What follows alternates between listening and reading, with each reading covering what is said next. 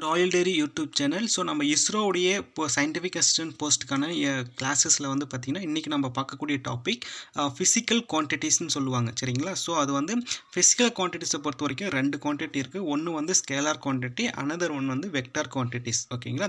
So scalar quantity எப்படி வந்து நம்ம வந்து டிஃபைன் பண்ணலான்னு பாருங்கள். The scalar quantity is contain only for magnitude. ஓகேங்களா? Scalar quantity is contain only magnitude. Okay, magnitude மட்டும் வந்து இருந்துச்சுன்னா அதுக்கு வந்து magnitude and no direction. ஓகேவா? ஓகே, இந்த scalar quantities contain only magnitude and no direction அப்படின்னா அது வந்து ஸ்கேலார் குவான்டிட்டி. அதே vector quantity, the vector quantities define as both magnitude and direction is contain the vector quantity. சரிங்களா? So some example பாருங்கள்.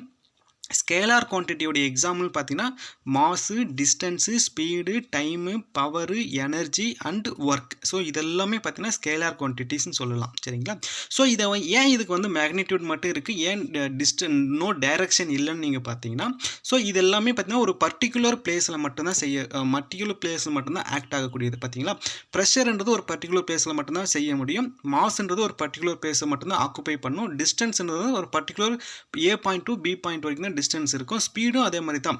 ஒரு இடத்துலேருந்து இன்னொரு இடத்துக்கு போகக்கூடிய டிஸ்டன்ஸ் பெர் ஹவரில். டைம் வந்து இந்த டைமில் இந்த வேலையை எவ்வளோ நேரம் செய்ய முடியும். ஓகேவா? அடுத்து வந்து ஒரு ஒர்க்கை செய்கிறதுக்கு ஆகக்கூடிய பவர், எவ்வளோ பவர் இருந்தால் அதை செய்ய முடியும். எனர்ஜின்றது ஒரு வேலை செய்யக்கூடிய ஆற்றல். ஸோ ஒர்க்குன்றது ஒரு இடத்துல தான் வேலை செய்ய முடியும், எல்லா இடத்துலையும் வேலை செய்ய முடியாது. ஓகே, மல்டி டாஸ்க் பண்ண முடியாது. ஸோ இந்த மாதிரியான ஒரே இடத்துல ஒரு பர்டிகுலர் பிளேஸ் ஆக்குப்பை பண்ணி இருக்கக்கூடிய குவான்டிட்டிஸாக இருந்துச்சுன்னா அது எப்பவுமே ஸ்கேலார் குவான்டிட்டிஸ் ப்ளஸ் அது வந்து மேக்னிடியூட் மட்டும் இருக்கும், நோ டைரக்ஷன். அதே வந்து பார்த்திங்கன்னா வெக்டார் குவான்டிட்டிஸ் வந்து போத் மேக்னிடியூட் அண்டு டைரக்ஷன் இருக்குன்னு சொல்லியிருந்தீங்களா? அதுக்கு பாருங்கள். Displacement, momentum, force, velocity, acceleration, torque, impulse, electrical field, wait.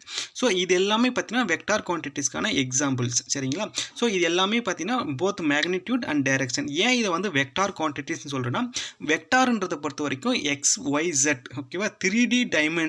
ஓகேவா? 3D டைமென்ஷனில் அது ட்ராவல் பண்ணக்கூடியதாக இருந்துச்சுன்னா அதுக்கு வந்து வெக்டார் குவான்டிட்டிஸ்ன்னு நம்ம வந்து கன்சிடர் பண்ணிக்கலாம். சரிங்களா? டிஸ்பிளேஸ்மெண்ட்ன்றது 3 டைரக்ஷன்லையும், X டைரக்ஷன்லையும் போகும், Y டைரக்ஷன்லையும் போகும், Z டைரக்ஷன்லையும் போகும். மொமெண்டம் அது மாதிரி ஒரு பொருளை சுற்றி அது உருவாகக்கூடிய ஒரு ஆப்ஜெக்டை சுற்றி உருவாகக்கூடியது தான் மொமெண்டம். சரிங்களா? ஃபோர்ஸ் வந்து ஒரு ஆப்ஜெக்டை வந்து ஒரு இடத்துலேருந்து இன்னொரு இடத்துக்கு தள்ளக்கூடியது. அந்த ஃபோர்ஸ் வந்து எந்த டைரக்ஷனில் இருந்து வேணாலும் வரலாம். சரிங்களா? அதனால தான் அதுக்கு வந்து போத் மேக்னிடியூட் அண்ட் டைரக்ஷன் நம்ம வச்சுருக்கோம். ஸோ வெலாசிட்டி அதே மாதிரி தான், ஆக்ஸலரேஷன் அதே மாதிரி தான்.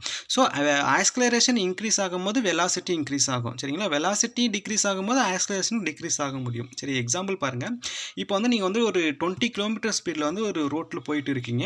திடீர்னு ஒரு ஸ்பீட் பிரேக் வருதுன்னா அப்போ நீங்கள் உடனே உங்களோட ஆக்ஸலரேஷனை நீங்கள் ரெடியூஸ் பண்ணுவீங்க. அப்போ வந்து நீங்கள் ரெடியூஸ் பண்ணி தான் அந்த ஸ்பீட் பிரேக் மேலே கிராஸ் பண்ணி நீங்கள் போக முடியும். அதனால் உங்களுக்கு வந்து எந்த டைரக்ஷனில் நீங்கள் போகிறது மாதிரி இருக்கிறதுனால தான் அதனால வெக்டார் குவான்டிட்டி இருக்குது. அதனால் அதுக்கு வந்து போத் மேக்னிடியூட் அண்ட் டைரக்ஷன்ஸ் இருக்குதுன்னு நம்ம வந்து கன்சிடர் பண்ணிக்கலாம். சரிங்களா? ஸோ இவ்வளோ தான் இருக்குது. இந்த 12 குவான்டிட்டிஸை வந்து நீங்கள் நல்லா ப்ரிப்பேர் பண்ணிக்கிட்டீங்க, கிளியராக அண்டர்ஸ்டாண்ட் பண்ணிக்கிட்டீங்க. ஸோ இந்த அண்டர்ஸ்டாண்டிங்கை பொறுத்த வரைக்கும் பார்த்தீங்கன்னா முழுக்க உங்களுடைய ஓன் ஸ்டைலில் வந்து நீங்கள் அண்டர்ஸ்டாண்ட் பண்ணிக்கோங்க. சரிங்களா? நான் வந்து ஒரு எக்ஸாம்பிளுக்கு தான் உங்களுக்கு வந்து அந்த ஸ்பீடு, ட்ராவலிங், ஸ்பீட் பிரேக்லாம் நான் சொல்லிட்டு இருந்தேன். பட் நீங்கள் எந்த அளவுக்கு உங்களுடைய ஓன் ஸ்டைலில் நீங்கள் அண்டர்ஸ்டாண்ட் பண்ணிக்கிறீங்களோ அப்போ தான் வந்து உங்களுக்கு வந்து எக்ஸாம் டைமில் வந்து ரொம்ப ஹெல்ப்ஃபுல்லாக இருக்கும். சரிங்களா? ஸோ இதுலேருந்து கொஷினை பொறுத்த வரைக்கும் எப்படி கேட்பாங்கன்னு நீங்கள் பார்த்தீங்கன்னா, உங்களுக்கு வந்து இப்போ வெக்டார் குவான்டிட்டியை கொடுத்துருவாங்க. சரியா? வெக்டார் குவான்டிட்டியை கொடுத்துட்டு அதோடைய கான்செப்டை சொல்லிவிடுவாங்க. So vector quantity contain the only magnitude not no direction. So இதை கொடுத்துட்டு இதில் வந்து எது வெக்டார் குவான்டிட்டி, ஸோ இந்த லிஸ்ட் பண்ணியிருக்க அந்த 8லேருந்து ஏதாவது ஒன்று வந்து அவங்க ஆன்சராக அவங்க வந்து நீங்கள் கன்சிடர் பண்ணிக்கலாம். ஸோ இதே மெத்தட் தான் இதுக்கும். சரி, வெக்டார் குவான்டிட்டினா போத் மேக்னிடியூட் அண்ட் டைரக்ஷன்ற கான்செப்டை கொடுத்துட்டு ஸோ இதில் எது வெக்டார் குவான்டிட்டி அப்படின்னு கேட்பாங்க. சரிங்களா? ஸோ வெக்டாரை கொடுத்துட்டு வெக்டார் கான்ஸ்டிடியும் ஸோ நீங்கள் சொல்லாரையும் நல்லா தெளிவாக அண்டர்ஸ்டாண்ட் பண்ணிக்கிட்டீங்கன்னா உங்களுக்கு வந்து ரொம்ப ஹெல்ப்ஃபுல்லாக இருக்கும். சரிங்களா? ஸோ ஏதாவது டவுட் இருந்துச்சுன்னா நீங்கள் வந்து கமெண்ட் செக்ஷனில் சொல்லுங்கள். உங்களுக்கு வந்து ரொம்ப பயனுள்ளதாக உங்களுக்கு ஃபர்தராக டிஸ்கஸ் பண்ணுறதுக்கு சான்ஸ் அதிகமாக இருக்குது. சரிங்களா? ஸோ அடுத்து என்ன வீடியோன்றது நீங்கள் கமெண்ட் செக்ஷனில் சொல்லுங்கள். தேங்க்யூ.